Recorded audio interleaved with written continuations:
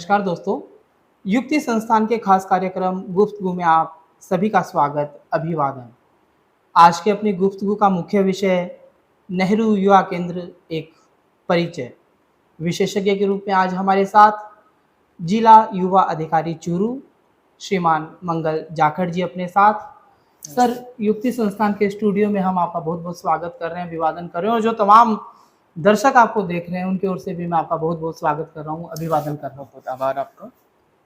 Sir, किसी ने 4 लाइनें लिखी है, उन्हीं लाइनों के साथ कार्यक्रम मैं शुरू करना चाह रहा हूँ कि मेहनत करने वालों की सफलता पक्की होती है, मेहनत करने वालों की सफलता पक्की होती है, युवाओं के हाथ में ही देश की तरक्की होती है।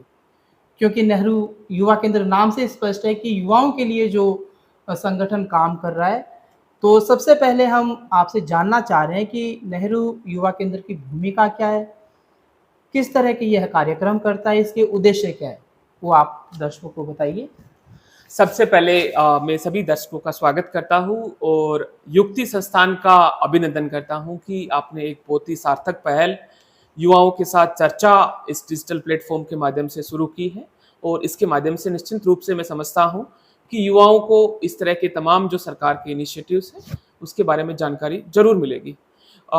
नेहरू युवा केंद्र को लेके इस विशेष कार्यक्रम में आपको मैं सबसे पहले बताना चाहूँगा कि नेहरू युवा केंद्र क्या है, इसकी शुरुआत कब हुई, किस लिए हुई और आज लगभग 5 से 6 दशक की इसकी यात्रा के क्या परिणाम रहे हैं, उन सब विषयों के बारे में जो मेरा अनुभव है पिछले 5 से 6 वर्षों का वो भी साझा करूंगा और इसकी जो पृष्ठभूमि रही है उसके बारे में भी मैं कुछ बातें आपके दर्शकों को आपके इस प्लेटफॉर्म के माध्यम से बताना चाहूंगा। तो नेहरू युवा केंद्र की शुरुआत सबसे पहले 1972 में इंदिरा गांधी जब प्रधानमंत्री थे उस कार्यकाल और उस कालखंड में की गई।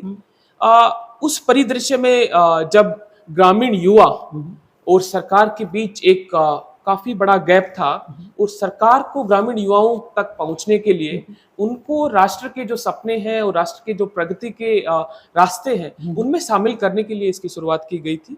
तब इस तरह के तमाम डिजिटल प्लेटफॉर्म्स, इस तरह के माध्यम उपलब्ध भी नहीं थे और इनफैक्ट दूरदर्शन भी तब शुरू नहीं हुआ था। तो सरकार के पास पहुंचने का जरिया और जिसको ऊर्जा के योग बोलते हैं कि वो सबसे महत्वपूर्ण घटक थे युवा।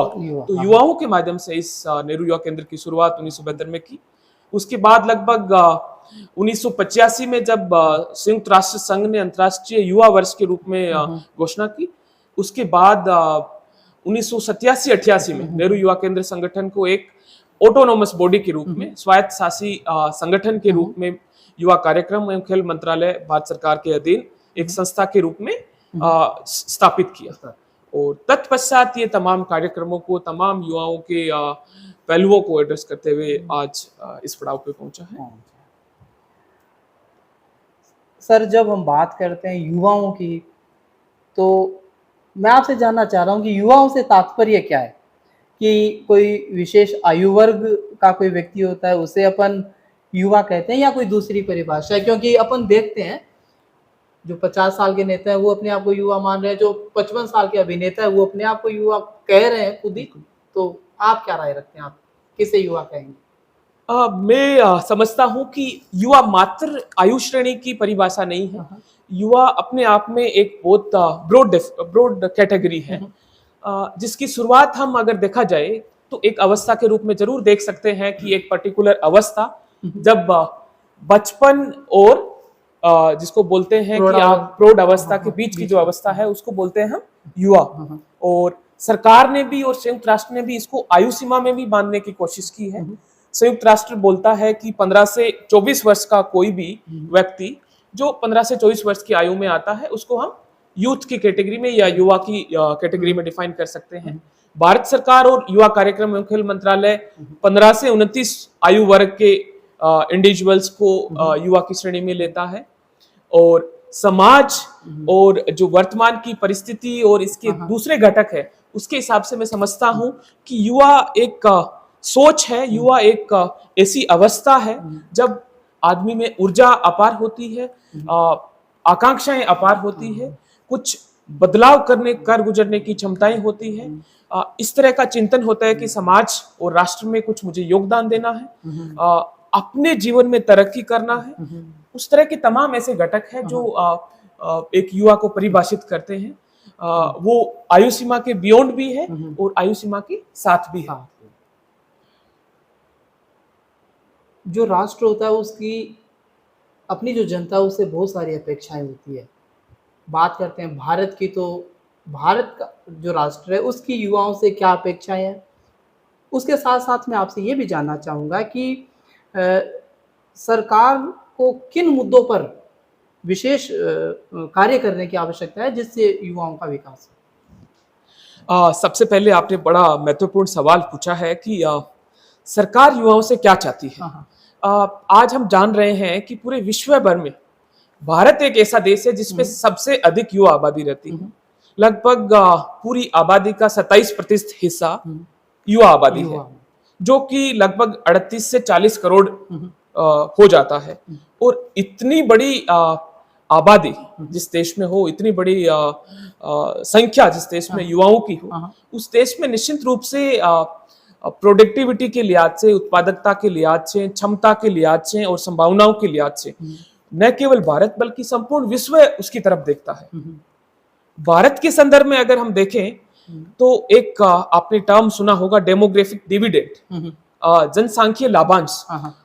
वो भी एक काफी चर्चा में आया है और समय समय पर बहुत सारे विद्वान बुद्धिजीवी वर्ग इस जनसांख्यिकीय लाभांश को भारत के पक्ष में बताते हैं।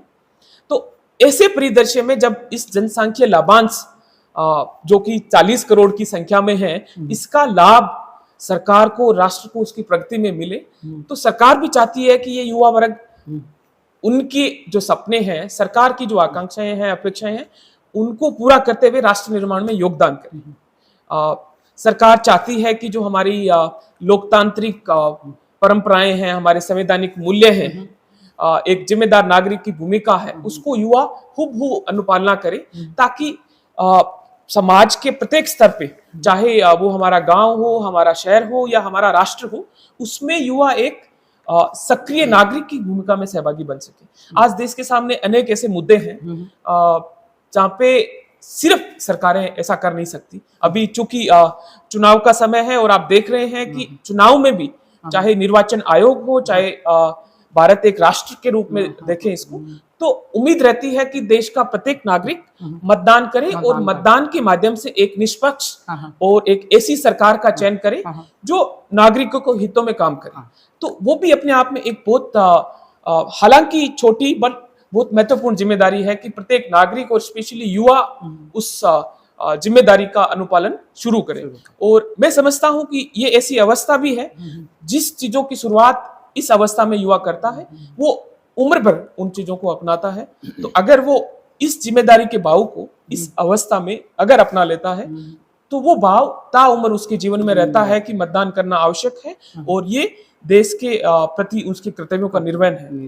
तो इस तरह के अनेक दूसरे भी ऐसे मुद्दे हैं जिन पे युवाओं से सरकार उम्मीद करती है कि वो बढ़ चढ़ के हिस्सा ले। चाहे आपने देखा सुना होगा कि यूथ लेड डेवलपमेंट की बात अक्सर हम करते हैं, यूथ वॉइसेस की बात अक्सर हम करते हैं कि युवा उस विकास का भी हिस्सेदार बने और युवा वो आवाज भी बने जो बदलाव ला सके, जो वर्तमान की जो हमारी सामाजिक, आर्थिक और सांस्कृतिक परिस्थितियां हैं उनमें सकारात्मक बदलाव ला सके। तो वो तमाम अपेक्षाएं सरकार की और राष्ट्र की युवाओं से बनी रहती है और युवाओं की भी एक तरह से जिम्मेदारी हो जाती है कि वो उन तमाम परंपराओं को आगे बढ़ाए।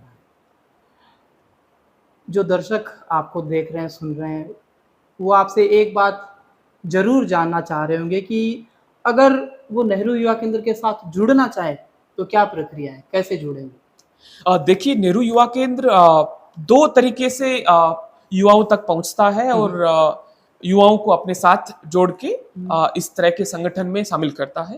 एक होता है हमारे गांव स्तर के युवा मंडल, यूथ क्लब्स या स्पोर्ट्स क्लब्स इनको बोलते हैं, और दूसरा होता है इंडिविजुअल वॉलंटियर्स। तो दो माध्यमों से नेहरू युवा केंद्र जो हमारे जो भी युवा है 15 से 29 साल की उम्र के और जो हमारे गांव में रहते हैं, उनको मैं बताना चाहूंगा कि इन दो माध्यमों से आप नेहरू युवा केंद्र से जुड़ सकते हो। हमारे जो तमाम कार्यक्रम है उसमें शामिल हो सकते हो और उन कार्यक्रमों का आयोजन आप अपने गांव में, अपने आसपास के मोहल्ले में, समुदाय में कर सकते हैं। ऐसे तमाम महत्वपूर्ण कार्यक्रम हैं जो आप भी समझते हैं, आपके मन में भी इस तरह के ख्याल आते हैं कि मेरे गांव में एक ब्लड डोनेशन कैंप का आयोजन करना है, एक चिंतन शिविर का आयोजन करना है, एक स्वास्थ्य चेकअप कैंप का आयोजन करना है, एक पर्यावरण को लेके वृक्षारोपण अभियान का आयोजन करना है, एक सांस्कृतिक संध्या का आयोजन करना है। इससे गांव में तमाम इस तरह के चीजें आप भी महसूस करते हैं जब आप सोशल मीडिया पे देखते हैं कि आपके आसपास इस तरह के कार्यक्रम होते हैं, तो आपकी भी उत्सुकता होती होगी।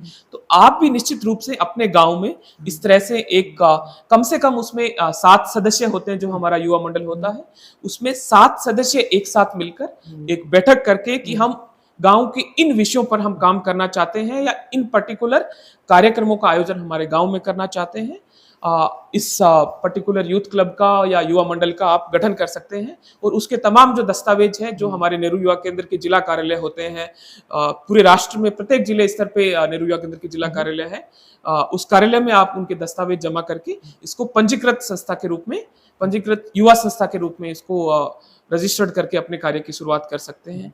अगर दूसरे और आपकी अगर ये सोच है कि गांव के युवा पता नहीं शामिल होंगे कि नहीं होंगे, लेकिन मैं एज ए इंडिविजुअल ऐसे सपने देखता हूं, ऐसे बदलाव या ऐसे एक्सपीरियंस में गेन करना चाहता हूं कि ऐसे अनुभव मुझे भी मिले कि मैं इस तरह के कार्यक्रम का आयोजन करूं या सहभागी बनूं, तो भी आप इंडिविजुअल वॉलंटियर के रूप में भी नेहरू युवा केंद्र के जिला कार्यालय पर जाकर अपने आप को रजिस्टर्ड और एनरोल कर सकते हैं। इसके अलावा दूसरा एक इसमें महत्वपूर्ण चीज जो वर्तमान सरकार ने पिछले साल ही शुरू किया है 2023 में, माई भारत नाम से एक फिजिकल और डिजिटल पोर्टल जिसको बोलते हैं माई भारत पोर्टल, उसकी शुरुआत भी सरकार ने की है ताकि इस तरह की जो तमाम कार्यक्रम है उसकी सूचना, और चूंकि आप युवा भी लगभग सोशल मीडिया से और डिजिटल प्लेटफॉर्म से, स्मार्टफोन के माध्यम से जुड़े हैं, तो आपको भी अगर आप फिजिकली भी कार्यालय तक नहीं आना चाहते और ऑनलाइन या डिजिटल माध्यम से भी आप इन गतिविधियों से, इस तरह के कार्यक्रमों से जुड़ना चाहते हैं,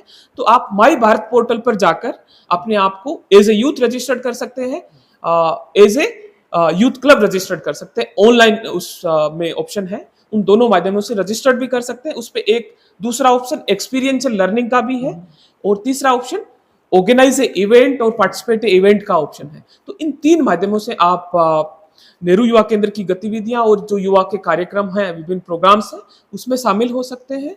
और एक जो ऑर्गेनाइज्ड नेटवर्क है, मैं आपको बताना चाहूंगा कि लगभग देश भर में 2 लाख क्लब्स हमारे साथ पंजीकृत हैं और चूरू जिले में भी लगभग 506 क्लब्स, युवा संगठन गांव में हमारे साथ पंजीकृत है, जो कुछ न कुछ कार्यक्रम वर्ष भर में अपने इच्छा अनुसार और जो अपने जो उन्होंने तय किए हुए उद्देश्य उसके आधार पर आयोजित करते हैं। किसी ने मान लो कोई भगत सिंह के आदर्शों पे चलना चाहता है और युवाओं को भगत सिंह के मूल्यों और विचारों से जोड़ना चाहता है, तो उसने भगत सिंह युवा संस्थान के नाम से अपने आप का एक यूथ क्लब रजिस्टर्ड किया और वो प्रतिवर्ष भगत सिंह की जयंती पे और भगत सिंह के विभिन्न जो आयोजन के तिथि हैं उन पे कार्यक्रम आयोजन करके उनके विचारों को जागृत करता है और युवाओं तक पहुंचाता है। किसी ने पर्यावरण में रुचि रखती है तो वो पर्यावरण दिवस पर पर्यावरण जागृति के नाम से कुछ युवा मंडल बना के पर्यावरण के विषय में कार्य कर सकता है। किसी ने अगर अपने जो हमारे क्षेत्र, चूंकि शेखावाटी अपने आप में ऐसा अंचल रहा है जहाँ पे बहुत सारे शहीद भी हुए हैं, हमारे राष्ट्रभक्ति में और हमारी सेना में भी बहुत सारे लोगों ने सेवा दी है और शहादत की है, उनकी स्मृति में भी हम शहीद की स्मृति में युवा मंडल का पंजीकरण करते हैं। तो उनकी स्मृति में भी आप अपने गांव में युवा मंडल का पंजीकरण करा के उनके स्मृति दिवस के रूप में प्रतिवर्ष आप कार्यक्रम आयोजन कर सकते हैं। उसके लिए जो यथासंभव सहयोग नेहरू युवा केंद्र कर सकता है, मार्गदर्शक के रूप में, मेंटरशिप के रूप में और एक रिसोर्स सेंटर के रूप में, वो सहयोग यहाँ से नेहरू युवा केंद्र से आपको मिलेगा। तो मैं आपके दर्शकों को इस प्लेटफॉर्म के माध्यम से जरूर आग्रह करूंगा कि अपने गांव में अगर पुराना पंजीकृत युवा मंडल है तो उसकी कार्यकारिणी में जरूर बदलाव करें और 15 से 29 वर्ष का आयु वर्ग के जो भी युवा इस कार्यक्रम को देख भी रहे हैं या इससे जुड़ना चाहते हैं, वो भी अपने आप की एक बैठक करके तय करें कि अपने गांव में कौन से ऐसे आदर्श है, कौन से ऐसी चीजें हैं जिन पे हम अपने गांव के युवाओं को संगठित करके आगे बढ़ाना चाहते हैं। हो सकता है आपके गांव में आप प्रतिभाएं बहुत हैं, खेल की प्रतिभाएं हैं, शिक्षा के क्षेत्र की प्रतिभाएं हैं, उनको आप सम्मानित करना चाहते हैं, तो उसके संदर्भ में भी आप वार्षिक स्तर पे एक कार्यक्रम करके इस युवा मंडल की संगठना के माध्यम से उसका आयोजन कर सकते हैं। वो एक आपका एक परमानेंट इकाई बन जाएगा जो पीढ़ी दर पीढ़ी इस परंपरा को आगे बढ़ाते रहेंगे। और इसका लाभ मैं निश्चित रूप से समझता हूं कि आपकी आपसी जो रिश्ते हैं, गांव के आपसी रिश्ते हैं, उसको भी बढ़ावा देगा। और वर्तमान की जो परिस्थितियां बन रही है, उस परिस्थितियों में एक दूसरे को जोड़ने में भी वो सहयोगी होगा। आप निरंतर युवाओं के बीच ही रहते हैं, खुद भी आप युवा हैं, तो मैं आपसे ये जानना चाह रहा हूँ कि अगर भारतीय संदर्भ की बात करते हैं, तो युवाओं की स्थिति क्या है और उनकी समस्याएं क्या हैं, वो भी आप हमें बताएं। आज के संदर्भ में स्पेशली हम देखें तो भारत में युवा चाहता तो है कि बदलाव हो, और युवा की आकांक्षा भी है कि उसके जीवन में भी बदलाव हो, कि उसके आसपास भी बदलाव हो और उसके जीवन में भी बदलाव हो। लेकिन कुछ परिस्थितियां ऐसी हो गई है कि उसको न तो वो खुद इनिशिएट कर पा रहा है, न उसके पास इस तरह का इकोसिस्टम मिल पा रहा है जिसमें वो कंट्रीब्यूट कर सके और बदलाव ला सके। फॉर एग्जांपल आप देखेंगे तो बेरोजगारी का मुद्दा सबसे ज्यादा युवाओं को घेर के बैठा है आज के टाइम में। और आप देखोगे कि हर तीसरा ग्रेजुएट या ग्रामीण युवा जो भी आप जिससे मिलोगे, उसमें एक निराशा का भाव है कि मेरे पास रोजगार के अवसर नहीं है, या मेरे आसपास इस तरह के अवसर नहीं है जिसमें मैं काम कर सकूं। तो एक मुद्दा तो बेरोजगारी हो गया। दूसरा जो मुद्दा, इस बेरोजगारी का जो मुख्य फाउंडिंग और अंडरलाइंग रीजन जो मैं देखता हूं, वो है लैक ऑफ स्किल्स। तो एप्रोप्रिएट स्किल की बहुत ज्यादा डर्थ है, बहुत ज्यादा कमी है युवाओं में। और जो आज की वर्तमान 21st सेंचुरी की जो जरूरतें हैं और स्किल्स या कौशल की रिक्वायरमेंट्स है, उसके अनुरूप अभी भी हम अपने आप को मानसिक रूप से और शैक्षणिक रूप से और दक्षता के रूप में डाल नहीं पा रहे हैं। उस स्थिति को पहले बदलने की आवश्यकता है, तभी जाकर आप मैं समझता हूं कि वर्तमान परिप्रेक्ष्य के हिसाब से आप एक प्रोडक्टिव या उत्पादक नागरिक की भूमिका निभा पाएंगे।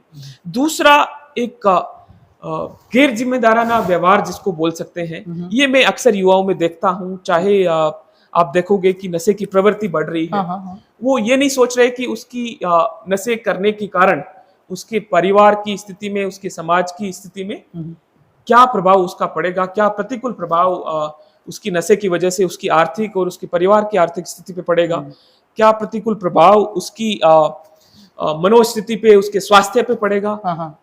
तो वो गैर जिम्मेदाराना एक तरह से उसका जो बर्ताव है वो बहुत चिंताजनक है। और उसके परिणाम आप देखते हैं कि नशा करके फिर आप इस तरह की ड्राइविंग और एक्सीडेंट के केस आप देख रहे हो बढ़ रहे हैं, वॉयलेंस के केस जिसको बोल सकते हैं कि हिंसा के केस बढ़ रहे हैं, आत्महत्याएं करते हैं, सुसाइड्स के केस आप देख रहे हैं बढ़ रहे हैं, सेक्सुअल असॉल्ट्स के केस बढ़ रहे हैं। तो इस तरह के तमाम जो कंसिक्वेंसेस हम आज समाज में देख रहे हैं, मैं कई बार जेल के भी कार्यक्रमों में चला जाता हूं, तो आप देखोगे कि सबसे अधिक अगर उस जेल में अगर आप तादाद देखोगे वो युवाओं की तादाद है। तो कॉन्फ्लिक्ट विद लॉ, यानी कानून के साथ भी एक तरह से आप संकट में सबसे ज्यादा पाओगे वो युवा वर्ग को पाओगे। तो कहीं ना कहीं वो एक गैर जिम्मेदाराना भाव की वजह से ही ये इस तरह की स्थिति पैदा हो रही है कि कोई नहीं देख लेंगे। तीसरा जो महत्वपूर्ण चीज मैं देखता हूं युवाओं में कि एक तरह से चीजों को पोस्टपोन करने की, जब आप जान रहे हैं कि इस अवस्था में आपको अपने जीवन में बहुत सारे नीतिगत निर्णय भी लेने हैं, जीवन साथी का भी चयन करना है, करियर का भी चयन करना है, परिवार की जिम्मेदारी भी लेनी है और आजीविका का अर्जन भी करना है। तो उस स्थिति पर चिंतन करके, उस स्थिति पर आप काम करके उसको परिवर्तन लाने की बजाय आप जनरली उस चीज को पोस्टपोन करते रहते हैं कि देखते हैं जैसा होगा, या आप अक्सर बोलते हैं कि मेरे भाग्य में जो होगा वो होगा। तो उस मनोस्थिति को बदल के आप में एक सकारात्मक भाव लाने की आवश्यकता है कि नहीं, मैं बदल सकता हूं, और उस बदलाव के लिए खुद को शुरुआत करनी पड़ेगी। और खुद की शुरुआत के लिए आप सबसे पहले कॉलेज लगभग युवा, आप चूंकि युवा अवस्था में है, आप जा चुके हैं या जा रहे होंगे और स्कूली शिक्षा आपने प्राप्त कर ली है, तो आत्म अवलोकन का या आत्म मंथन का ये बहुत ही अप्रोप्रिएट टाइम है कि आप अपने आप को पहचानिए। अगर अभी तक आपने चिंतन नहीं किया है कि मैं किस पे अच्छा हूँ, कौन सी कार्य ऐसे हैं जिनको मैं अच्छे तरीके से कर सकता हूँ, तो वो चीज बहुत जरूरी है कि आप आइडेंटिफाई करके उस पे काम करना शुरू कीजिए। और मैं समझता हूं कि अगर उस पे एक वर्ष भी आपने काम कर लिया कि मेरी ये ताकतें हैं या मेरी ये कमजोरियां हैं, इनमें मैं सुधार कर लूंगा, तो एक वर्ष के बाद जो आप जो पोस्टपोन करने की स्थिति या बेरोजगारी की स्थिति या एक जो लापरवाह व्यवहार है, उन तीनों में आप परिवर्तन पाएंगे। ये मेरा दावा है। सर, भारत बहुत बड़ा राष्ट्र है। इसमें जो युवाओं की श्रेणियां हैं वो भी अलग अलग है। मैं आपको बताता हूँ। जैसे ग्रामीण युवा है, आदिवासी युवा है, ड्रॉप आउट युवा है, पढ़ा लिखा युवा है, कश्मीरी युवा है, नॉर्थ ईस्ट का युवा है या फिर दिव्यांग युवा है। तो इनकी बहुत सारी अलग अलग श्रेणियाँ हैं। तो इनके लिए जो आपका डिपार्टमेंट है या फिर जो खेल मंत्रालय वो क्या कर रहा है, क्या योजना है वो आप निश्चित रूप से अपन ने शुरुआत में जब चर्चा की शुरुआत की तो हमने यूथ को एक होमोजीनियस ग्रुप के रूप में देखा और हमने देखा कि ये एज ग्रुप है जिसकी अनेक आकांक्षाएं हैं, अनेक चिंतन के विषय हैं। लेकिन जब चर्चा की अंत की ओर बढ़ रहे हैं तो मैं देख रहा हूं कि ये बिल्कुल सार्थक सवाल भी है कि यूथ एक होमोजीनियस ग्रुप नहीं है। इतनी हेट्रोजेनिटी है, इतनी विविधता है युवाओं में, और इतनी विविधता के साथ साथ उनकी आकांक्षाओं में, जरूरतों में और उनके जो कुशलताओं में वेरिएशन बहुत है। और उस वेरिएशन को, उस विविधता को हमें सेपरेटली एड्रेस करने की आवश्यकता है। आपने राइटली कहा, इवन आप देखेंगे कि भौगोलिक रूप से और पृष्ठभूमि के रूप में भी बहुत सारी विविधता है। अपन चूरू के केस में ले लें कि चूरू के युवाओं की जरूरतें, चूरू के युवाओं की परिस्थितियां कंप्लीटली अलग होगी दिल्ली के युवाओं से। वहाँ अवसरों की प्रचुरता होगी, चूरू में अवसरों की कमी होगी। वहाँ पढ़ाई से लेके जो एजुकेशन का स्टेटस है वो अलग होगा, चूरू के युवाओं का अलग होगा।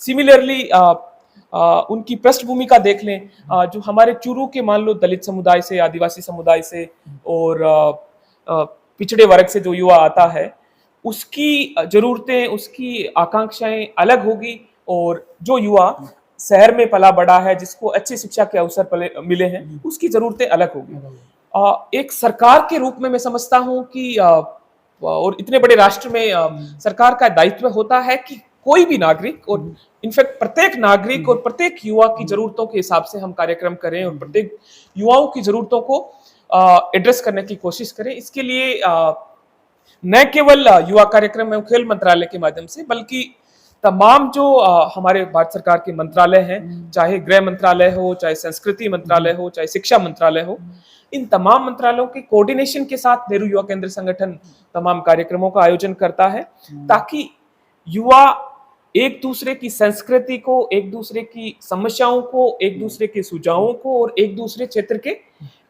अवसरों को पहचाने और वहां पे क्या संभावनाएं बन सकती है उनको पहचाने। उसके लिए हम ट्राइबल यूथ एक्सचेंज प्रोग्राम करते हैं। उसके तहत हम आदिवासी क्षेत्र के युवाओं को जयपुर में लाते हैं, 15 दिन उनकी ट्रेनिंग करते हैं कि यहाँ की संस्कृति कैसी है, यहाँ की जीवन शैली कैसी है, यहाँ का शांतिपूर्ण माहौल कैसा है, यहाँ लोग कैसे शिक्षित होकर आगे बढ़ रहे हैं। तो उनसे डेफिनेटली एक आदिवासी क्षेत्र के, स्पेशली नक्सल प्रभावित जिलों के युवा आते हैं, उनको ये संदेश जाता है कि हाँ, वो भी अपने क्षेत्र में अमन चैन स्थापित करके इस तरह की प्रगति, इस तरह के माहौल का निर्माण कर सकते हैं। उसी तरह हम एक राष्ट्रीय एकता शिविरों का आयोजन करते हैं, जिसमें लगभग 15 राज्यों के युवाओं को हम एक जगह इकट्ठा करके, चूरू को भी 2009 में राष्ट्रीय एकता शिविर आयोजन करने का अवसर मिला था और यथासंभव अगले 1-2 वर्षों में पुनः इस तरह का शिविर हम चूरू में आयोजन करेंगे, ताकि चूरू भी 15 से 20 राज्यों के युवाओं को होस्ट कर सके और उनके क्षेत्रों में उनकी संस्कृति, उनका रहन सहन, खान पान, उनकी क्या समस्याएं हैं, उनकी क्या उनके क्षेत्र में अवसर है, उन तमाम चीजों को जान सके। तो वो इस तरह के कार्यक्रम हम करते हैं। फिर नॉर्थ ईस्ट के युवा हैं, उनकी जरूरतें अलग है, उनकी भौगोलिक परिस्थिति अलग है, तो उनका भी हम north east youth exchange programmes करते हैं, जिसमें यहाँ के युवाओं को, यहाँ से भी मैंने पिछले वर्ष लगभग 15 युवाओं को आसाम में आयोजित नॉर्थ ईस्ट युवा आदान प्रदान कार्यक्रम में भेजा और उसका निश्चित रूप से सकारात्मक प्रभाव यहाँ के युवा भी लेके आए और वहां पे भी एक प्रभाव छोड़ के आए कि हमारे क्षेत्र की और हमारी संस्कृति कितनी अट्रैक्टिव और विविध है। आपसे गुफ्तगू करके आज वाकई बहुत अच्छा लगा, विषय भी अपना बहुत सुंदर था। अब इस कार्यक्रम के माध्यम से जो युवा आपको देख रहे हैं, सुन रहे हैं, उनको आप क्या संदेश देना चाह रहे हैं? मैं आज के इस कार्यक्रम से जुड़े सभी युवाओं को सबसे पहले तो ये कहना चाहूंगा कि आप स्वयं को पहचानिए। जिस दिन आपने स्वयं को पहचान लिया, आत्म अवलोकन कर लिया, निश्चित रूप से आप अपनी सफलता के, अपने लक्ष्य के एक कदम पास पहुंच जाएंगे।